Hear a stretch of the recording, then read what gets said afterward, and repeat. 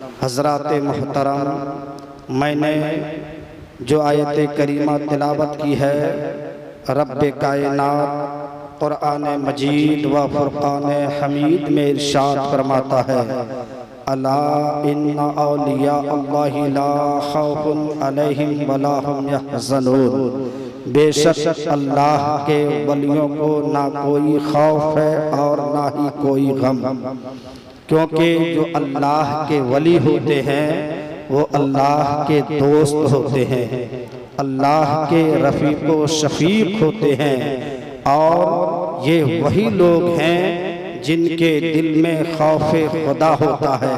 फिर जिनके दिल में खौफ़े खुदा होता है सारी कायनात उससे डरा करती है, क्योंकि जिसके दिल में खौफ़े खुदा होता है वो अल्लाह तबारक व तआला का महबूब व मकबूल बंदा हो जाता है।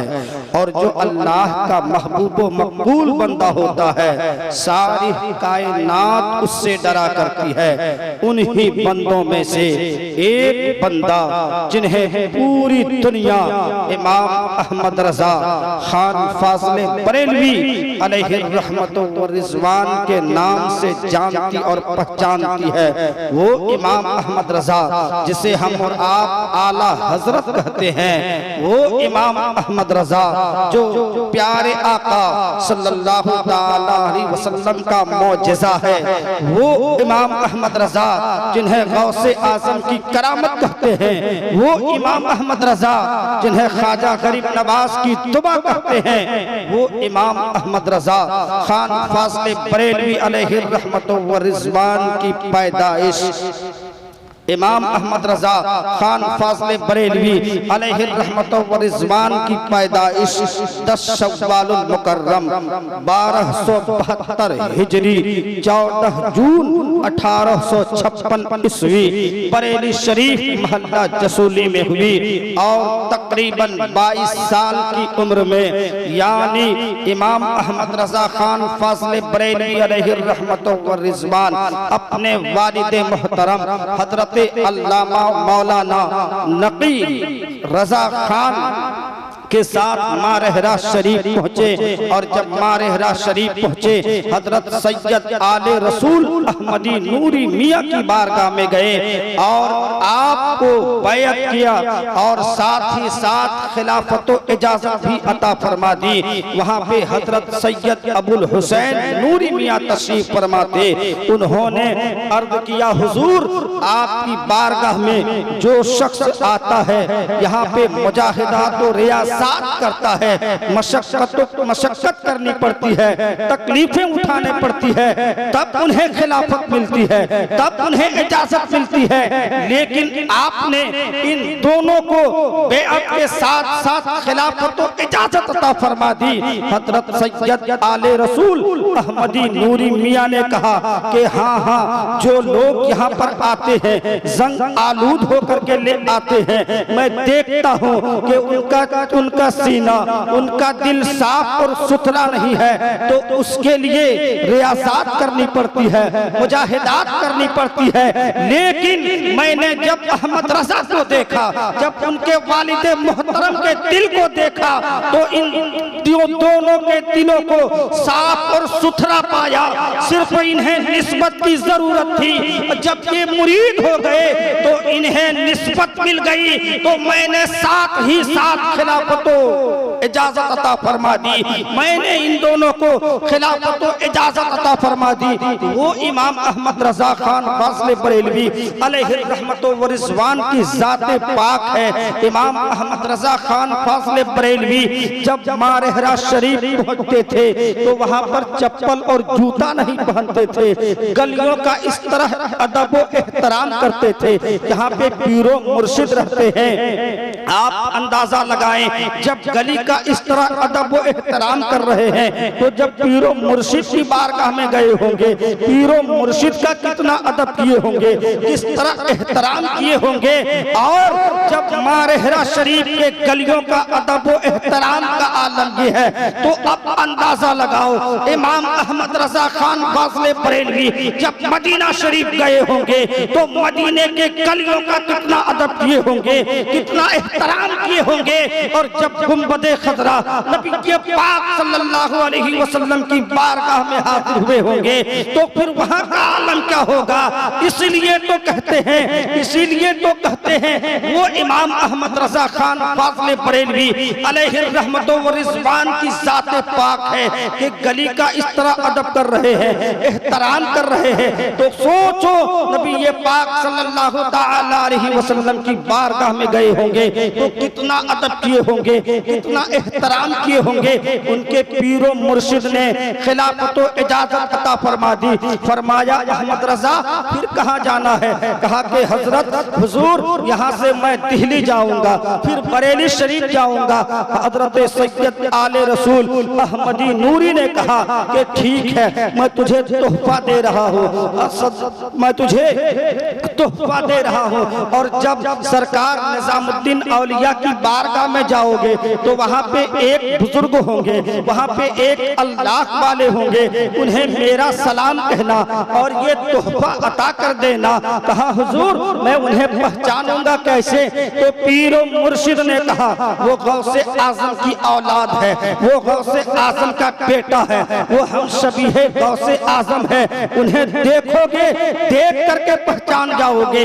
हजरत इमाम अहमद रजा आला हजरत रज़ी अल्लाह ताला अन्हु जब वहां से महबूबे इलाही की बारगाह में पहुंचे तो ठीक उस जगह पर पहुंचे जहां पे निशानी बताई गई थी। देखते हैं एक अल्लाह वाले हैं, एक अल्लाह वाले हैं, एक बुजुर्ग हैं जिनका चेहरा गौसे आजम की तरह है। कहा सरकार गौसे आजम की तरह है।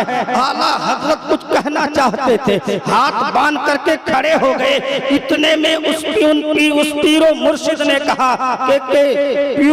ने कहा कि तुम मारहरा शरीफ से आए हो। कहा हाँ मैं मारहरा शरीफ से आया हूँ। वो इमाम अहमद रजा खान फाजले बरेलवी है जो महबूबे इलाही की बारगाह में हाजिर है। कहा मारहरा शरीफ से आए हैं, आपके लिए ये तोहफा लेकर के आए हैं। वो कोई और नहीं थे बल्कि अल्लाह का मुकर्रब बंदा हजरते अशरफी मियाँ, जिन्हें अशरफी मियाँ आला हजरत कहते हैं, वो वहाँ पर मौजूद थे। उनका तरीका तो देखो, जब बरेली शरीफ में गुजरते थे, बरेली शरीफ स्टेशन आता था, वो उठकर खड़े हो जाते थे। मुरीदों ने कहा हुजूर जब आप यहाँ पर पहुँचते हैं आप खड़े हो जाते हैं, जब बरेली स्टेशन पार करते हैं तब आप बैठ जाते हैं, आखिर माजरा क्या है। तो हजरत अशरफी मियाँ जवाब देते हैं सुनो, इस शहर में इमाम अहमद रजा रहता है जिन्होंने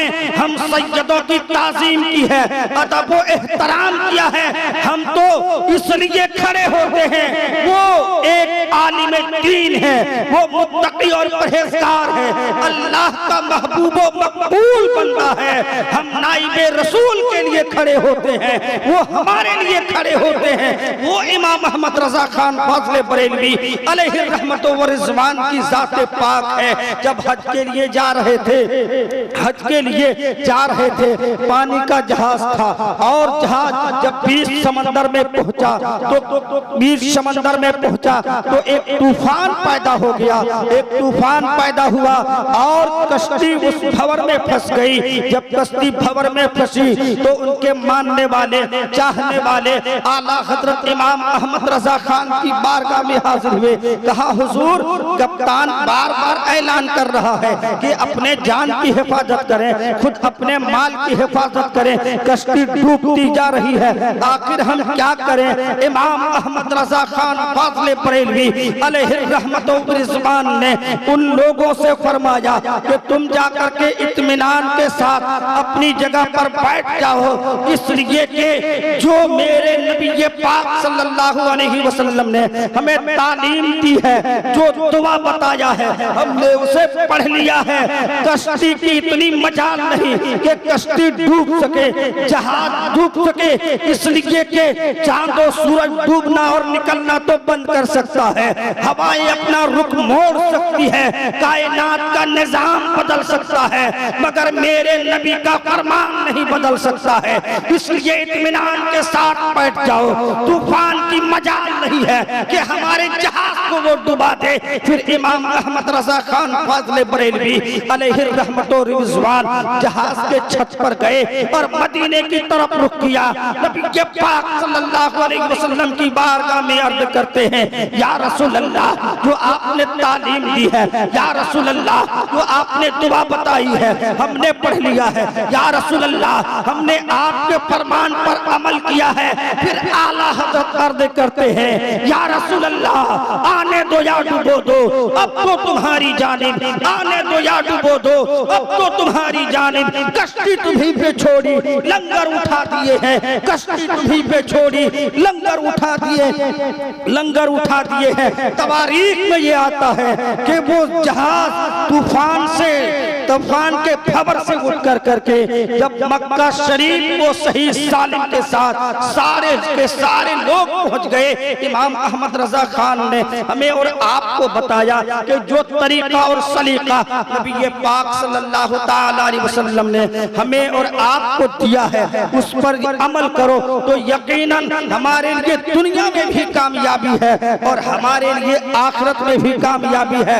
और आप जानते हैं कौन इमाम अहमद रजा, गौसे आजम की करामत इमाम अहमद रजा, कौन इमाम अहमद रजा, ख्वाजा गरीब नवाज की दुआ इमाम अहमद रजा, खानदान बरकातिया के चश्मो चराग इमाम अहमद रजा, हम तमाम अहले सुन्नत के इमाम अहमद रजा, जिन्हें आला हजरत कहते हैं, जानते हैं आला हजरत का मकाम क्या है, आला हजरत का मर्तबा क्या है।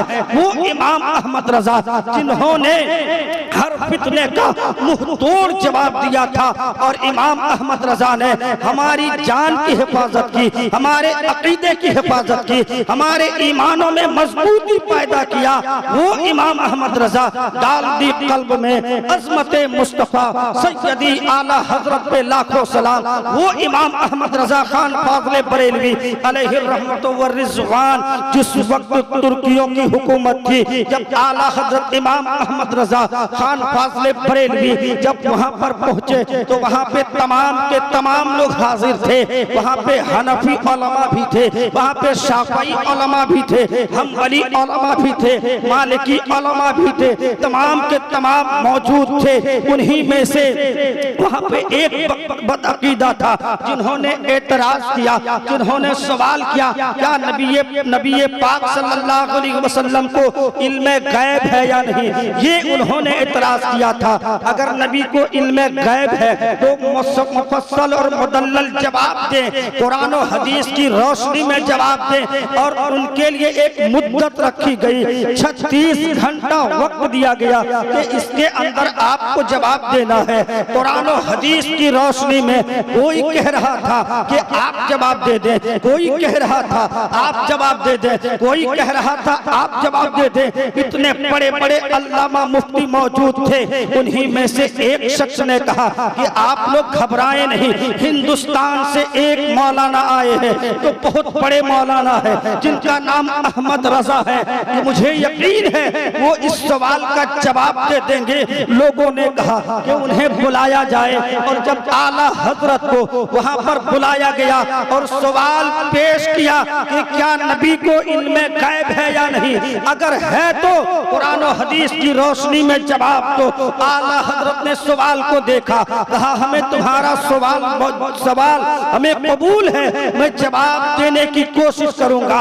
वो इमाम अहमद रजा खान ने अपने बेटे हामिद रजा से कहा कि चलो आगे बढ़ते हैं। खाना-ए काबा के दरवाजे के सामने बैठ जाते हैं और इमाम अहमद रजा ने अपने बेटे से कहा कि हामिद रजा अब लिखो, कुरान की दलाइल लिखो, हदीस लिखो। इसलिए कि आला हजरत की तबीयत अलील थे, तलील थी, आलम बुखार में थे, इसलिए आला हजरत ने कहा कि हामिद रजा इसके बाद ये लिखो, इसके बाद ये लिखो। इमाम अहमद रजा खान ने 8 घंटे में 500 सफ़ात की किताब को लिखा और जब निगाह को खाना-ए काबा की तरफ उठाया तो क्या देखते हैं, खाना-ए काबा पे गौसे आजम जलवा फरमा है। गौसे आजम फरमा रहे थे अहमद रजा अब ये लिखो, अहमद रजा अब ये लिखो, अहमद रजा अब ये लिखो।